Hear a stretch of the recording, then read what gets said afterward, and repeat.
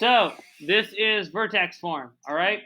Now, vertex form, a lot like its other two cousins, which we already covered, standard form and intercept form, right? Which is basically just when you see the roots. Vertex is, as it sounds, uses the vertex to show the equation, okay? Very useful if you're only given the vertex, then you can expand from there, all right? So, general information is still the same across the board. Max and min is relatively the same. All right, nothing really changed. The only thing here is we have a new column over here called transformation from parent. We'll talk about that when we get to him. All right. You'll also notice that if there's a plus 0 here, it's redundant. Sometimes they will just give you x minus 4 squared, which means that the vertex is going to be at 4, 4. All right? Yes? Can we basically like cross out a 0? Yes. If you want to cross 0, you can. I just put it here to show where it's going to show up. But if they don't give it, it's implied. All right? Yes.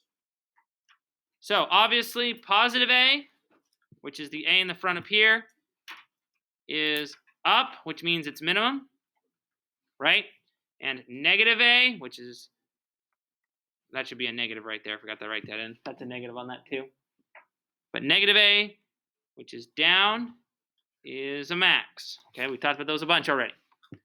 Okay, over here, for in terms of vertex, okay, H is the opposite sign.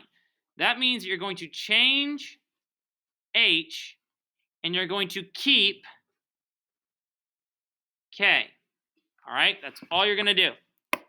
So, if we look at 4, right? Okay, my bad, I need to make a correction. It wouldn't be 4, 4 for that, would be 4, 0. But you're going to keep 4. No, you're going to keep 0 and you're going to change 4. That's why we had the 0 there.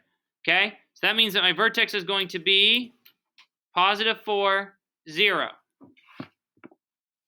For the other one, I'm going to keep negative 5, change 3 to negative. So I'll have negative 3, negative 5. Okay, you can see where the vertex form can be very powerful because as long as you're given the vertex, you already have about 3/4 of the equation done. Right? I waited on giving this primarily until after the project, primarily because I wanted you guys to use the other two forms in a roundabout and in a creative way before I gave you guys this one, which would have been useful on like 2 of the other graphs. Most notably the blackbird and the redbird. Okay?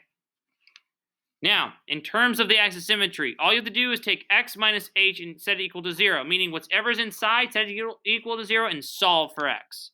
Okay? So for the first one, obviously it would be x minus 4 is equal to 0, add 4 to both sides, and I get x is equal to 4.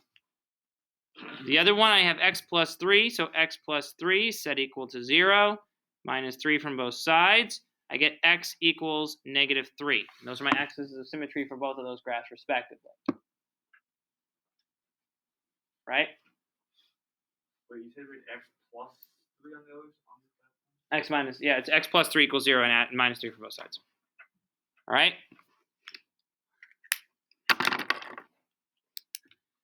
Now, up here, I have outlined every single possible movement you can do, stretch and horizontal stretch, vertical stretch, reflection over the axis, etc.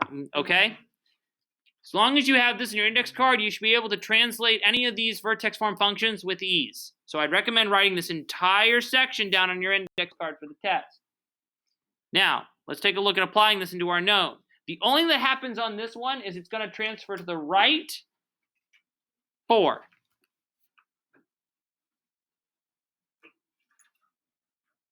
Okay? That's it. There is no no reflection, and there's no stretch.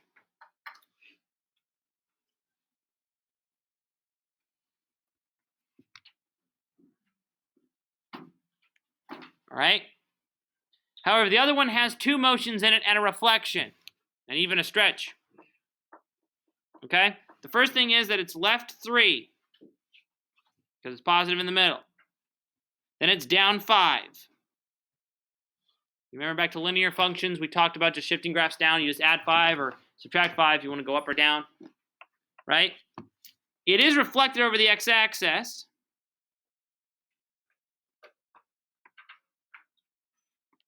Because the whole thing's negative. And finally, there is a stretch of 2. The leading coefficient in the front will tell you. What you need to look at here are these inequalities, okay? Which way? Okay, I was trying to help you out there. All right. If the value is greater than 1, it's a vertical. If it's less than 0 and greater than 0 and less than 1, then it's horizontal. Think back to those inequalities we looked at a couple sections ago talking about these guys, right? Especially with dilations when we talked about scaling them up or scaling them down. We couldn't have a number less than 0. We also had to have a fraction, okay? Same could be true here. You have a lesser 0, the thing's going to go really funky. All right? So, yeah, if I plug -2 and notice their absolute value, so it's going to switch to positive. 2 is definitely bigger than 1, so it's going to be a vertical stretch.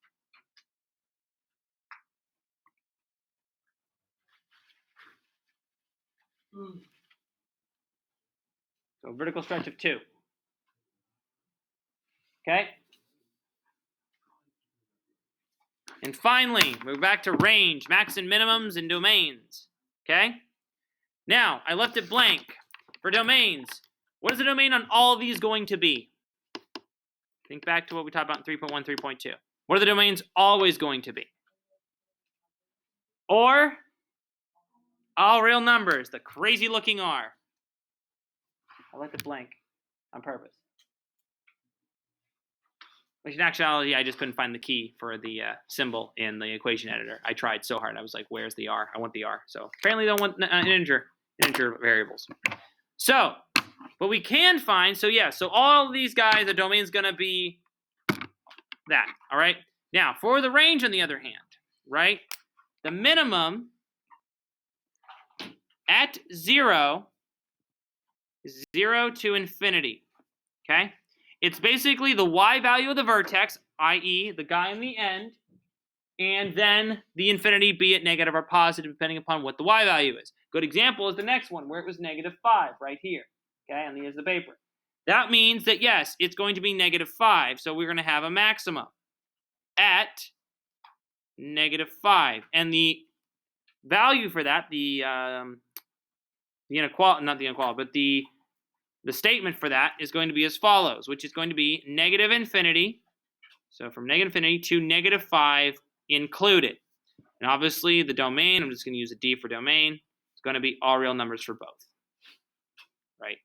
I didn't give that one its own column because it was going to be a waste of space because, again, it's always the domain. Okay?